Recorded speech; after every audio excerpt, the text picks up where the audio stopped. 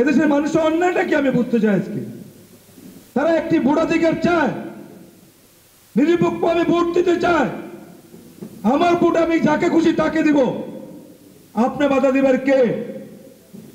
এই কেয়ারটেকার সরকারের জন্য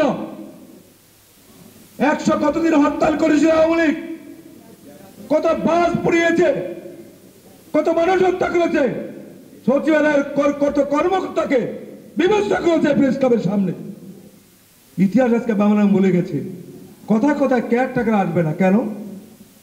ক্ষমতায় গিয়ে মইটা উঠিয়ে ফেলতে চান। 14 সাল ভোট নাই, 18 সাল রাতে ভোট, আর এখন একটা তামাশা নির্বাচন শুরু করেছেন, ভাগ বাড়ার নির্বাচন। এদেশের জনগণ এই নির্বাচনে অংশগ্রহণ করবে না। আজকে আবার দেখি একটা তল্পিবাহক নির্বাচন কমিশন তৈরি হয়েছে। তারা আবার বলছেন নির্বাচন বিরোধী কোনো কথা বলা যাবে না। আপনি কে ভাই? আপনি কে? মানুষের মৌলিক অধিকার, কথা বলার অধিকার হরণ করা আপনি কে?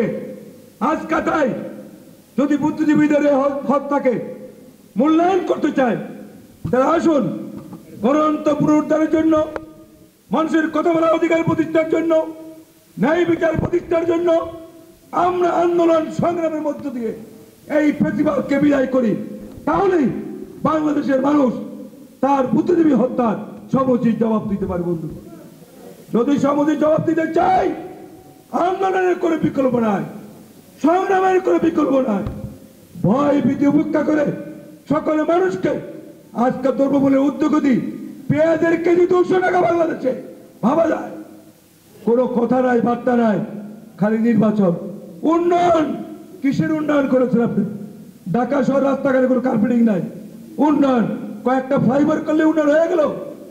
আজকে তাই ভোটাধিকার প্রতিষ্ঠার জন্য, ন্যায় বিচার প্রতিষ্ঠার জন্য, মানুষের কথা বলার অধিকার প্রতিষ্ঠার জন্য আমাদেরকে প্রত্যেকের স্ব অবস্থান থেকে আন্দোলন সংগ্রামে চাপিয়ে পড়তে। বন্ধুগণ, এর কোনো বিকল্প নাই।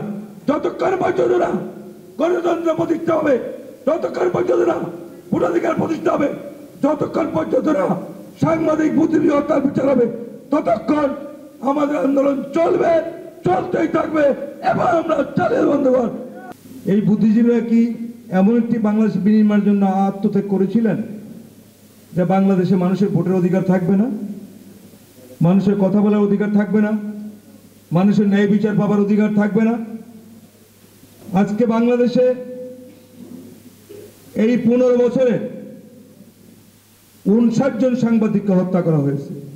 তারা কি বুদ্ধিজীবী নয়? আজকে বাংলাদেশে মানুষকে গুম করা হচ্ছে, এটা কি হত্যার মধ্যে পড়ে না?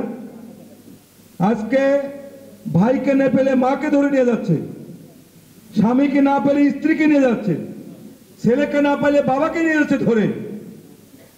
এটা কি বুদ্ধিজীবী হত্যার মধ্যে পড়ে না এগুলি?